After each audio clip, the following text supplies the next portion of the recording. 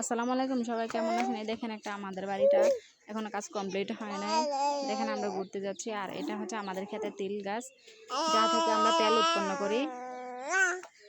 কি সুন্দর নয়? দেখেন তিল গাছের ফুল কেমন সাদা সাদা হয়, আর এই যে গোড়ায় গোড়ায় তিল হয়। মাশাআল্লাহ, অনেক দেখতে সুন্দর লাগছে। মাশাআল্লাহ, কি সুন্দর লাগছে, তাই না? আপনারা কখনো গ্রামে ঘুরতে গিয়েছেন? প্লিজ জানাবেন। দেখেন আমার ছেলে ছাতা নিয়ে অনেক ঘোরাঘুরি করছে।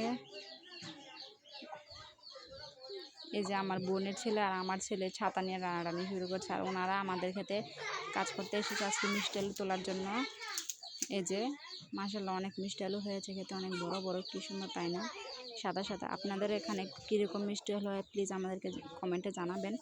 আমাদের এখানে সাদা সাদা হয়।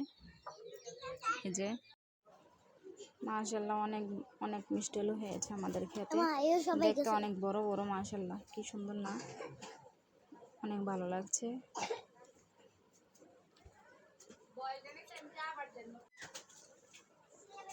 ওনারা দেখেন কীভাবে মিষ্টি আলু তোলে। আপনাদের এখানে কীভাবে তোলে সেটা জানাবেন প্লিজ। আজ এই পর্যন্তই, সবাই ভালো থাকেন। আসসালামু আলাইকুম। আর আমাদের চ্যানেলটা সাবস্ক্রাইব করে দেবেন প্লিজ প্লিজ প্লিজ।